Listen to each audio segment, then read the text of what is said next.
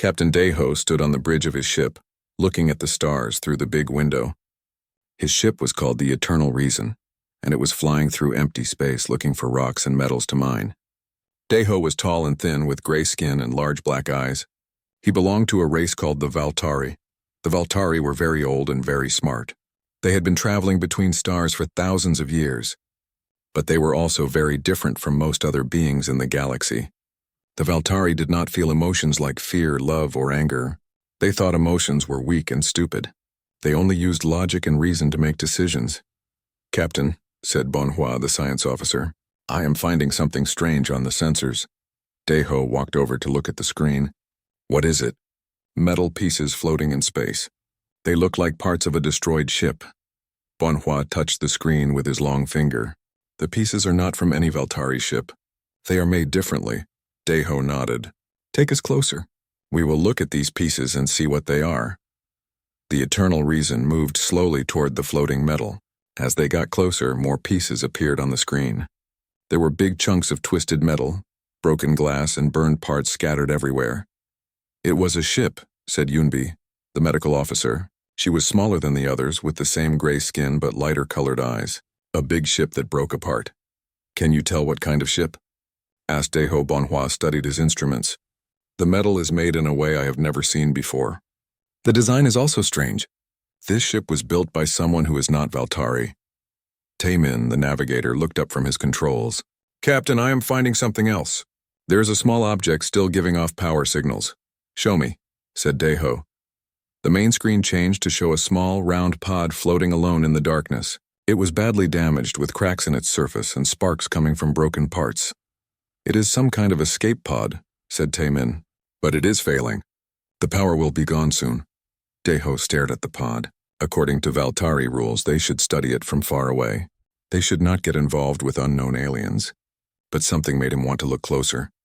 "Take us near the pod," he ordered. "Captain," said Bonhua, "our rules say we should not interfere with other species. We should only watch and learn." "I know the rules," said Deho, "but I want to see what is inside that pod." The ship moved closer. When they were near enough, Heejin, the engineer, was able to connect her scanners to the pod. She worked quietly for several minutes, then looked up with surprise. "Captain, there is a living being inside the pod. It is small and its body temperature is dropping fast. If we do nothing, it will die soon." "What kind of being?" asked Yunbi. "I am not sure. It is unlike anything in our records. It has strange body chemistry and it seems to be very young." Deho felt something strange happen in his mind. For just a moment he thought about what it would be like to die alone in the cold darkness of space. The feeling was uncomfortable and unfamiliar. "Can we see inside the pod?" he asked. Heejin worked with her controls. "Yes, I can connect to their viewing system." The screen changed again. Now they could see inside the damaged pod. What they saw made all of them stop and stare. A small creature was lying on a soft surface inside the pod. It had pale pink skin and long dark hair. Its body was tiny compared to the Valtari, but the most shocking thing was its face. The creature's eyes were open and they were full of fear. Water was coming from its eyes and running down its cheeks. "It is crying," whispered So Young, the communications officer. "The creature is making water come from its eyes." None of the Valtari had ever seen anything like it. They knew about tears from their studies, but they had never seen a real being cry before. The small creature looked directly at their camera. Its mouth opened and it made sounds, but they could not understand the language. The fear in its eyes was so clear that even the logical Valtari could see it. "It knows we are here," said Yunbi softly. "It is asking for help." Deho felt the strange feeling in his mind again, but stronger this time. Looking at the small, frightened creature made him want to do something. He wanted to help it. "How long does it have?" he asked. "The pod's air system is failing," said Heejin. "Maybe 1 hour, maybe less. And if we bring it on our ship?" Yunbi thought for a moment. "I could try to help it. But Captain, we do not know anything about its species. It could be dangerous. Our rules clearly state that we should not interfere." Bonhua nodded. "The science officer is right. We should record what we see and report it to the High Command. They will decide what to do. By the time the High Command makes a decision, the creature will be dead," said Deho. He looked at the screen again. The small being was still looking at the camera. It pressed its tiny hand against the inside of the pod. as if trying to reach toward them. More water came from its eyes. Something inside Deho's mind snapped. For the first time in his life, he made a decision that was not based on logic or rules. He made a decision based on something else, something he did not understand. "Prepare the docking bay," he ordered. "We are bringing that pod on board." "Captain," said Bonhoit, "this goes against everything we believe. This goes against thousands of years of Valtari law." Deho turned to face his crew. They were all staring at him with shock. Never before had a Valtari captain made such a decision. "I do not care about the law right now," said Deho. "That creature is going to die if we do nothing. I will not let that happen." The crew looked at each other with confusion. They had never heard their captain talk like this before. But they were trained to follow orders, so they began preparing to rescue the unknown being. As the Eternal Reason moved to dock with the failing pod, none of them knew that they were about to change the future of their entire species forever. The rescue pod was now safely inside the Eternal Reason. Hyunbi worked quickly in the medical bay while the others watched through the window. The small creature lay on the medical table, still unconscious but breathing. "Its body is so different from ours," said Hyunbi as she ran her scanners over the being. "The skin is soft and warm. The bones are much smaller and lighter, and look at this hair that grows from its head." Deho stood close to the window watching. "Is it going to live?" "I think so. The creature was cold and had trouble breathing, but I have fixed those problems. It should wake up soon." While they waited, Heejin studied the broken pod. "Captain, I found something interesting. There are pictures stored in the pod's computer system." "Show us," said Deho. Heejin connected the pod's computer to the ship's main screen. Images appeared showing the creature when it was awake. In the pictures, it was standing and moving around. Its face looked happy and it was making expressions the Valtari had never seen before. "Look how its mouth curves upward," said Taemin, "and see how its eyes become smaller." "What does this mean?" "I think it is called smiling," said So-young. "I have read about this in old reports. Some species make this face shape when they are happy." More pictures showed the creature with two larger beings who looked similar to it. The three beings were touching each other with their arms wrapped around one another. "They appear to be a family group," said Bonhoit. "The two large ones must be the parents of the small one." Deho felt that strange feeling again as he looked at the pictures. The small creature had been with others like itself. Now it was alone and the others were probably dead. A soft sound came from the medical bay. The creature was waking up. Yunbi watched her instruments carefully. Its body signs are getting stronger. The eyes are opening. They all looked through the window. The small being slowly sat up on the medical table. It looked around the room with wide eyes, then saw the Valtari watching through the window. The creature made a high-pitched sound and moved backward until it was against the wall. Water started coming from its eyes again and its whole body was shaking. "It is afraid of us," said Yunbi. "Can we talk to it?" asked Deho. So-young worked with her communication systems. "I am trying to learn its language from the sounds it makes." "Give me a few minutes." The creature kept making sounds. Some were high and sharp, others were low and soft. It was looking at each of them through the window, and the fear in its eyes was clear. "I think it is trying to ask questions," said So-young. "The same sounds keep repeating. Maybe it wants to know where it is and who we are." Deho made a decision. "I am going into the medical bay." "Captain, that might not be safe," said Bonhoit. "Look at it," said Deho. "It is smaller than my arm. How dangerous can it be?" He walked into the medical bay slowly. The creature pressed itself harder against the wall and made more sounds. But Deho noticed something strange. Even though the creature was afraid, it was also watching him carefully. Its eyes moved to look at his hands, his face, and his body. Deho stopped walking and sat down on the floor, making himself smaller. He held his hands where the creature could see them and did not move. The creature stopped making the high sounds. It tilted its head to one side and looked at him with curiosity instead of just fear. "So-young," Deho called softly. "Can you translate anything yet?" "I think I understand a few words," came the reply through the speaker. "It keeps saying something that might mean where and mama and home." Deho felt his chest become tight. The creature was looking for its mother and its home. Both were gone forever. Very slowly, Deho reached into his pocket and took out a small device. It made soft lights dance in the air above his hand. This was a toy that Valtari sometimes used to test their hand coordination. The creature's eyes became wide as it watched the dancing lights. The water stopped coming from its eyes. Slowly, Very slowly it moved a little closer. "That is working," said Yunbi through the speaker. "Its fear signs are getting weaker." Daeho made the lights dance in different patterns. The creature moved closer still. When it was near enough, it reached out with one tiny hand toward the lights. When the small fingers touched the light pattern, the creature made a different sound. This sound was softer and higher, and something amazing happened. The sides of its mouth curved upward. "It is smiling," whispered Taemin. For the next hour, Daeho stayed in the medical bay with the creature. The others took turns coming in to watch. Each time someone new entered, the creature would become afraid at first, then curious, then accepting. Heejin brought some soft materials from the engineering section and made a comfortable place for the creature to sit. The being touched the soft fabric and made happy sounds. Yunbi brought some water and they discovered that the creature needed to drink liquid just like they did. When it drank, it looked at Yunbi and made the smiling face again. But the most surprising thing happened when Taemin entered the room. The creature was sitting near Daeho when Taemin came in. When the creature saw the new person, it moved closer to Daeho and reached up with its small arms. Without thinking, Daeho picked up the small being. It pressed its warm body against his chest and wrapped its tiny arms around his neck. Daeho felt something he had never felt before. His chest became warm and his breathing changed. Holding the small creature felt right and good in a way that logic could not explain. "Captain," said So Young, "I am getting a message from the High Command. They want to know why we're not answering their regular check-in calls." Daeho looked down at the small being in his arms. It had stopped crying and seemed to feel safe with him.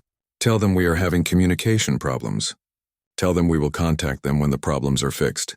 "But Captain, that is not true." "Do it anyway." The crew looked at each other with worry. Their captain was acting very strangely. He was lying to the High Command and making decisions based on feelings instead of logic. But when they looked at the small creature, they felt the same strange sensations that Daeho was feeling. The being was so small and helpless. Its fear and sadness were so real that even the logical Valtari could feel them. Over the next few days, the creature began to trust them more. So Young worked hard to learn its language and taught it some Valtari words. They learned that the creature was called Jiwoo, and that it was something called a human. Jiwoo showed them more emotions every day. Sometimes it was happy, and made laughing sounds while playing with things Heejin made for it. Sometimes it was sad, and the water would come from its eyes while it looked at pictures of its parents. But the most powerful moment came when Jiwoo got sick. The air on the Valtari ship was different from what humans needed, and Jiwoo started having trouble breathing. As Yunbi worked to help Jiwoo, all the Valtari crew members felt something they had never experienced before. They were worried. They were afraid. They cared about what happened to this small human child, and that was when they realized that they were changing. The emotions they thought were weakness were growing stronger inside them every day. They were becoming something they had never been before. They were becoming beings who could feel. Jiwoo was getting very sick. Her breathing was fast and difficult, and her skin was turning a strange color. Hunbi worked with all her medical tools, but nothing seemed to help. "The air mixture on our ship is wrong for her species," Yunbi said with worry in her voice. "She needs different gases to breathe properly." Daeho held Jiwoo in his arms as she struggled to breathe. The small human child looked up at him with trust in her eyes even though she was in pain. This made Daeho feel something so strong that his hands shook. "What can we do?" he asked. "I need to contact someone who knows about human medicine," said Yunbi. "But that means breaking our laws about talking to other species." "Then we break the laws," said Daeho without hesitation. Bonhua stared at his captain. "Daeho, do you understand what you are saying? If the High Command finds out, we will all be punished severely." "I do not care," said Daeho. "Jiwoo is going to die if we do nothing." So Young looked at her communication equipment. "There is a human medical station 3 days away. I could try to contact them secretly." "Do it," ordered Daeho. While So Young worked to contact the human doctors, something strange was happening to the rest of the crew. They were all gathering around Jiwoo, watching her with expressions they had never made before. Taemin found himself making small toys from pieces of metal, hoping they might make Jiwoo feel better. Heejin created a soft bed with special lights that made pretty patterns on the ceiling. Even Bonhua, who always followed rules perfectly, was helping to break Valtari law by staying quiet about the secret message. I have contact with the human medical station, announced So Young. They are sending instructions for treating Jiwoo's breathing problems. For the next 2 days, Yunbi followed the human doctor's instructions carefully. She created new air mixtures and gave Jiwoo medicines that the humans recommended. Slowly, very slowly, Jiwoo began to get better. When Jiwoo finally sat up and smiled at them, every member of the crew felt something wonderful in their chests. It was happiness, but stronger than anything they could have imagined. "We saved her," whispered Taimin, and there was water coming from his eyes. The other crew members stared at him. Valtteri did not cry. Valtteri did not feel happiness this strong. But here they were, all feeling emotions they had never experienced before. "What is happening to us?" asked Heejin. Yunbi had been studying her own body and the bodies of the other crew members. "I have been running tests on all of us. Our brain patterns have changed since Jiwoo came aboard. Parts of our brains that have been quiet for thousands of years are now active." "What parts?" asked Daeho. "The parts that control emotions. The parts that our species turned off long ago because we thought emotions made us weak." Bonhua sat down heavily. "This means we are no longer true Valtteri. We have become something else." But when he said this, none of them felt sad about it. Instead, they felt curious and excited. These new emotions were making life more interesting and meaningful than it had ever been before. Jiwoo had learned some Valtteri words by now, and she could tell that the crew members were worried. She walked over to Bonhua and put her small hand on his arm. "Okay," she said in her small voice. "You okay?" The simple touch and words made Bonhua feel better instantly. This tiny human child cared about his feelings and wanted him to be happy. The idea that someone could care about him as an individual was completely new. "She cares about us," he said with wonder. "Yes," said Daeho, "and we care about her. This is what caring feels like." As the days passed, the changes in the crew became more obvious. They started talking to each other about things that were not related to work. They shared stories about their lives and asked questions about each other's thoughts and feelings. Taimin told them about a place on the Valtteri homeworld, where he liked to watch the stars when he was young. Hyjin talked about how she enjoyed creating new devices and seeing how they worked. So Young shared her interest in learning about other species and their languages. These conversations were completely against Valtteri culture, but they felt natural and good. Jiwoo was learning too. She was picking up more Valtteri words every day, and she was teaching them human words as well. More importantly, she was showing them how to express emotions in healthy ways. When Jiwoo was happy, she laughed and danced around the ship. When she was sad, she cried, but also talked about why she felt sad. When she was angry, she would stomp her feet and make faces, but then she would calm down and explain what had upset her. The Valtteri watched all of this with fascination. They were learning that emotions were not just random feelings, but useful tools for understanding themselves and communicating with others. But their biggest test was still coming. "Captain," said So Young one morning, "I am receiving a direct message from Supreme Logician Kyung-soo himself. The High Command knows we have been avoiding their calls. They are ordering us to return to the homeworld immediately." Daeho felt fear for the first time in his life. Not fear for himself, but fear for Jiwoo and for his crew. If they returned to the homeworld, the High Command would discover what had happened to them. They would take Jiwoo away and probably try to force the crew back to their old emotionless state. "How long do we have?" he asked. "The message says we must begin travel to the homeworld within 1 day, or they will send military ships to find us." The crew gathered together to discuss their options. For the first time in Valtteri history, a ship's crew was making decisions together instead of just following the captain's orders. "We could try to run away," suggested Taimin. "Find some place far from Valtteri space where we could live with Jiwoo safely." "But then we would be criminals forever," said Bonhua. "And Jiwoo would never see other humans again." "We could try to hide what has happened to us," said Hyejin. "Pretend we are still the same as before." Yunbi shook her head. "That would be impossible. The changes in our brains are too obvious. They will know immediately that we are different." As they talked, Jiwoo sat quietly in the corner playing with one of her toys, but she was listening to every word and her young mind was working hard to understand the problem. Finally, she stood up and walked over to Daeho. "Home?" she asked, pointing toward Valtteri space. Daeho picked her up and held her close. "Yes, Jiwoo. We have to go home." But I do not know what will happen when we get there. Jiwoo looked at each of the crew members with her serious brown eyes. Then she did something that surprised them all. She smiled and said, "Okay, we go together." Her simple acceptance of whatever would happen gave them all courage. If a small human child could be brave enough to face the unknown, then they could be brave too. "Then it is decided," said Daeho. "We go back to the homeworld. But we go together, and we do not hide what we have become." As the Eternal Reason changed course toward Valtteri space, none of them knew that their return would change not just their own lives, but the future of their entire species. The emotions they had discovered were about to spread far beyond their small ship. The Eternal Reason arrived at the Valtteri homeworld after 5 days of travel. As soon as they entered orbit, military ships surrounded them. Supreme Logician Kyung-soo's voice came through the communication system. "Captain Daeho, you will dock at Military Station 7 immediately. Your crew will undergo full examination and questioning. No exceptions." Daeho looked at his crew, then at Jiwoo, who was sitting quietly beside him. The human child had grown during their journey. She was now 7 years old and could speak Valtteri almost as well as the crew members. But more importantly, she had become part of their family. "Understood," Daeho replied to the Supreme Logician. As they docked at the military station, armed guards came aboard the ship.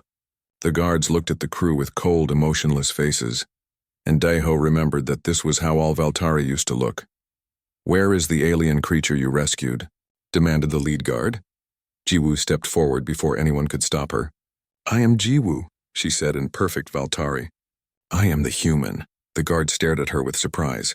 He had expected to find some kind of dangerous alien monster, not a small child who spoke their language and looked at him with curious eyes. "Follow us," the guard said, but his voice was less harsh than before. They were taken to a large room where Supreme Logician Kyung-soo waited with several other high-ranking Valtteri officials.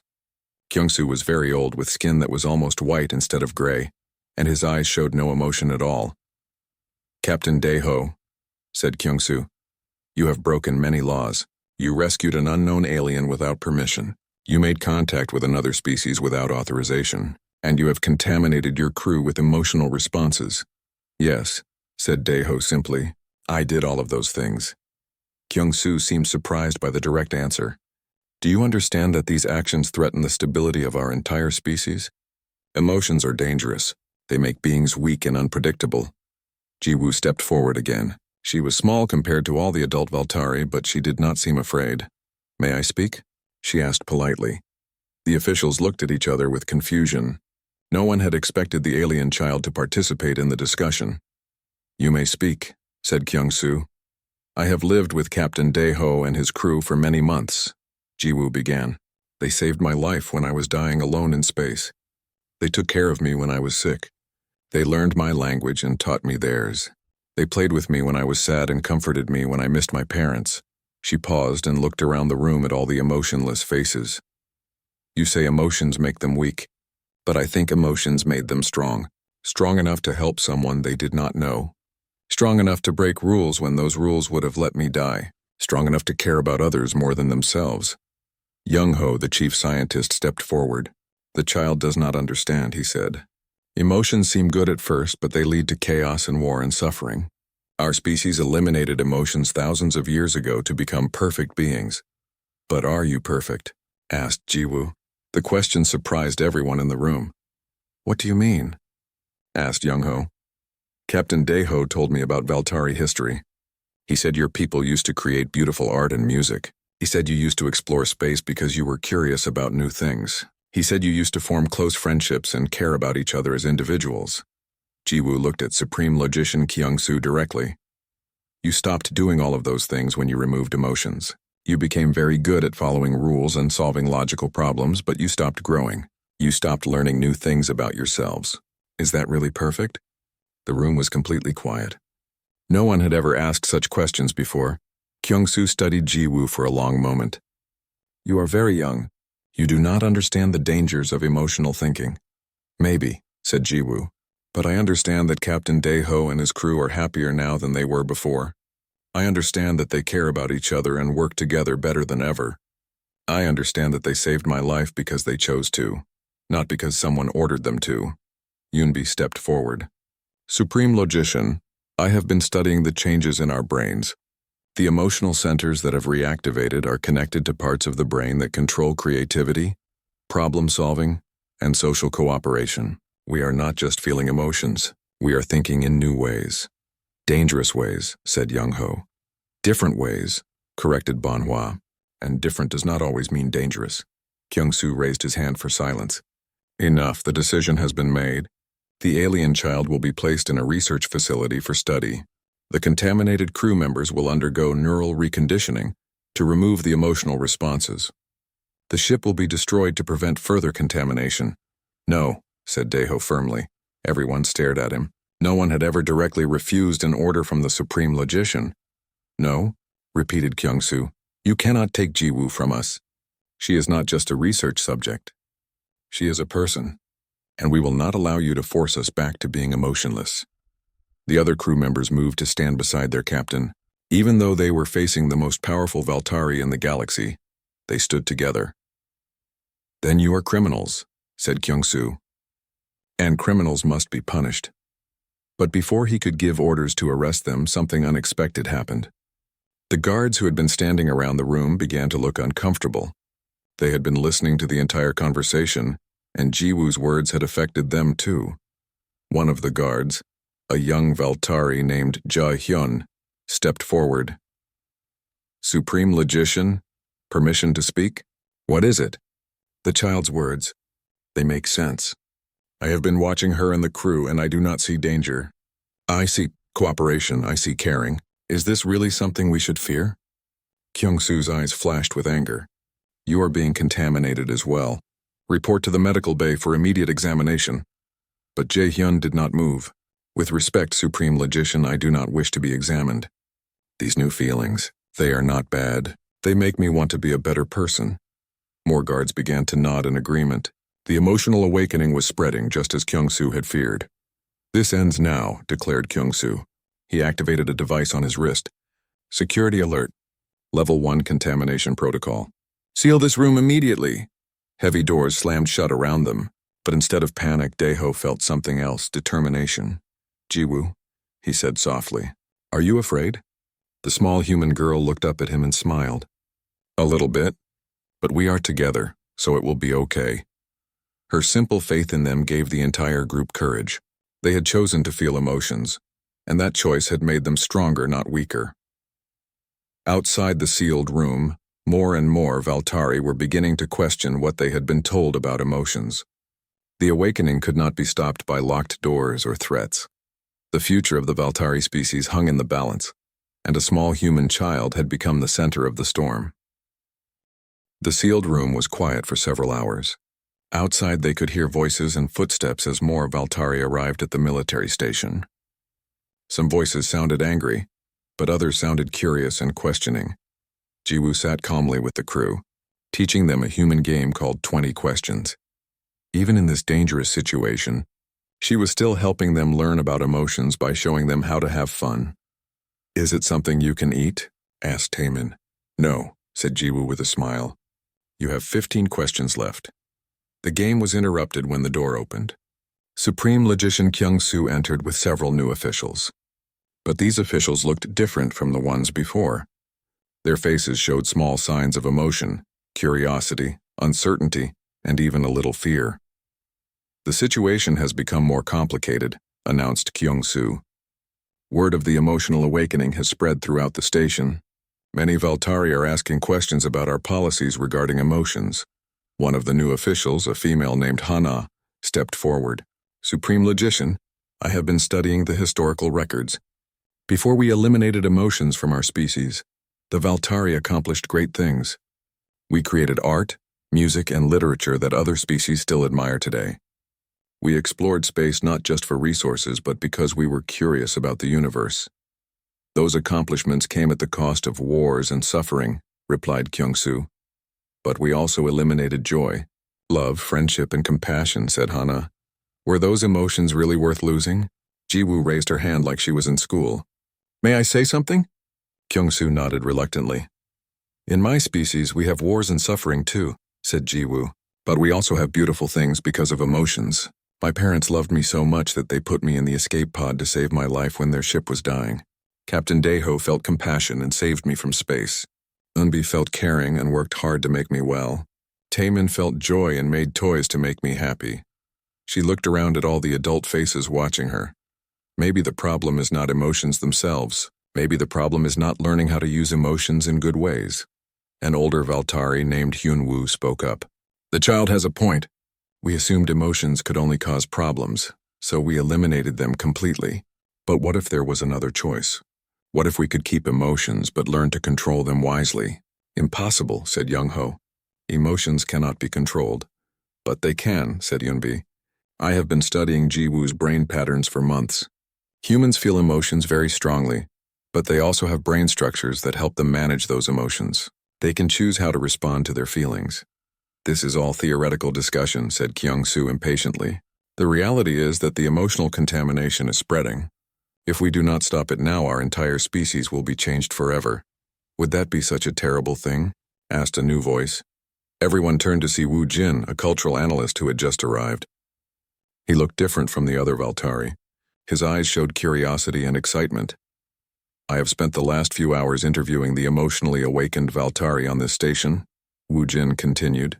They are not showing signs of violence or chaos. Instead, they are cooperating better, asking more creative questions and showing concern for each other's welfare. He paused and looked at Jiwoo. Most importantly, they are happy.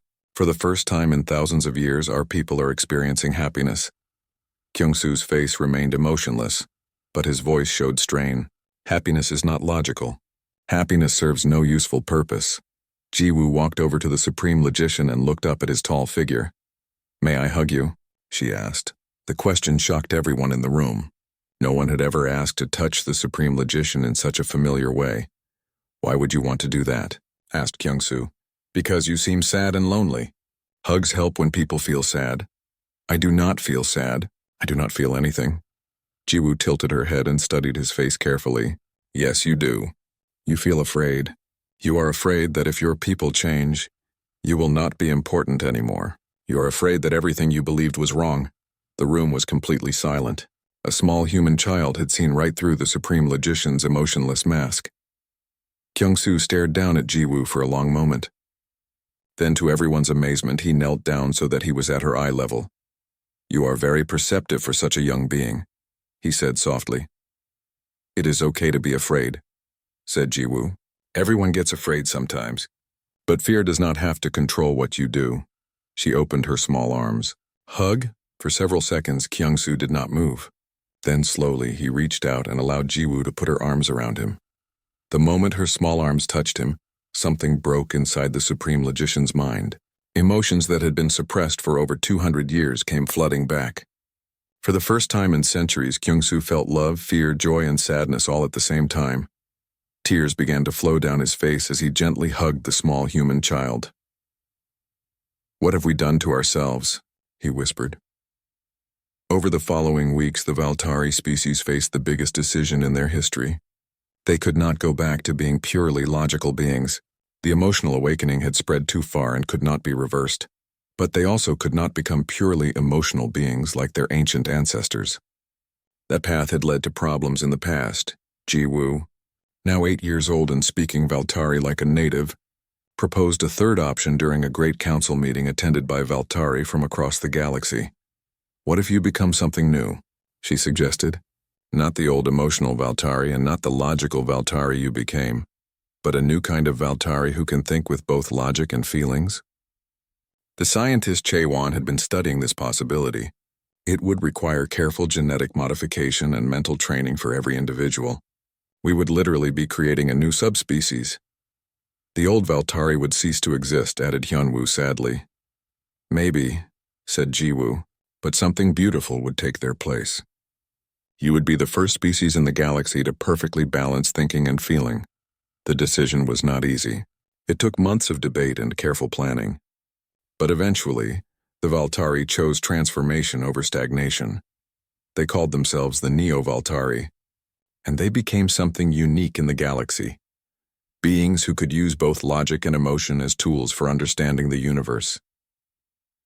10 years later, Jiwoo was a young adult working as an ambassador between humans and Neo-Valtari. She often visited the memorial that the Neo-Valtari had built in honor of their old species.